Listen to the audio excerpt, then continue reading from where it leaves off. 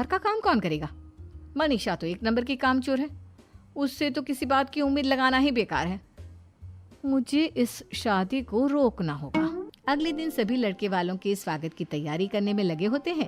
तभी मयंक अपनी बहनों से आकर कहता है, तैयार हो गई तुम दोनों?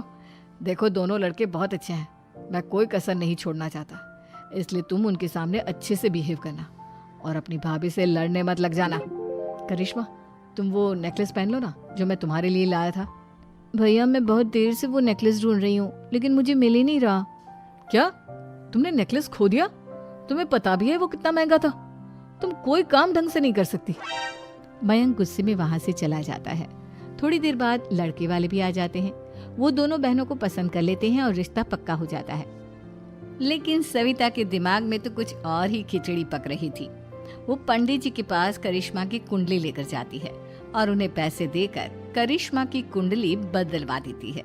जब लड़के वालों के पास करिश्मा की कुंडली जाती है तो वो दुर्गा को फोन करते हैं। बहन जी, हमने करिश्मा की कुंडली अपने पंडित जी को दिखाई थी। आपकी बेटी की कुंडली नहीं बल्कि दोषों का पिटारा है। देखिए, मैं और मेरे पति इन सब बातों में बहुत विश्वास करते हैं, इसलिए हम आपकी बेटी से अपने बेटे की शादी नहीं करा सकते। इस तरह करिश्मा का रिश्ता टूट जाता है और सभी घर वालों को बहुत दुख होता है।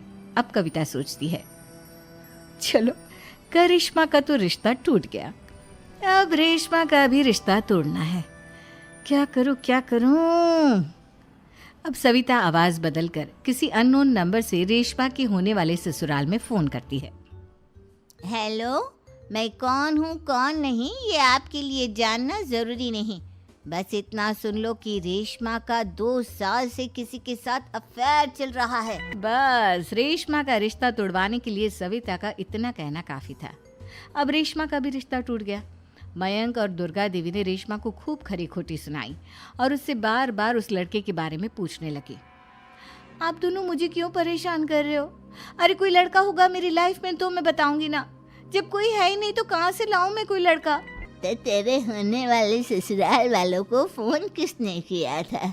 माँ मैं नहीं जानती किसने फोन किया था, मैं सच कह रही हूँ। मैं तो पहले ही कह रही थी इसकी लगाम खींच कर रखो, लेकिन मेरी सुनता ही कौन है। आप चुप रहिए भाभी, ये सब आपका ही किया धरा है।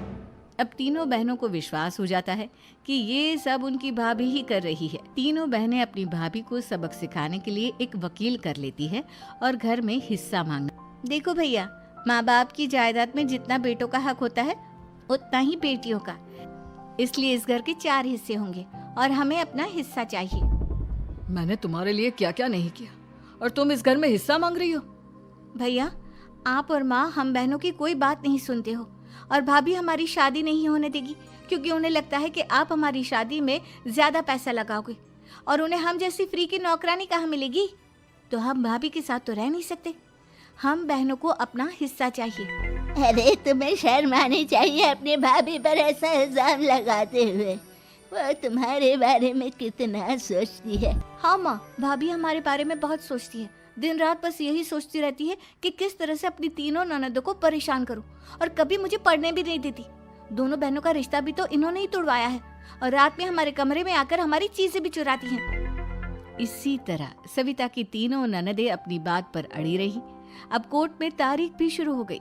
जब सविता को लगा कि उसकी तीनों ननद इतनी आसानी से नहीं मानने वाली, तो उसने अपने पति और सास को सारी सच्चाई बता दी और अपनी तीनों ननद से माफी मांगी। मयंक और दुर्गा को भी अपनी गलती का एहसास हो गया। अब सविता खुद करिश्मा और रेशमा के लिए अच्छा रिश्ता ढूंढती है और उनकी शादी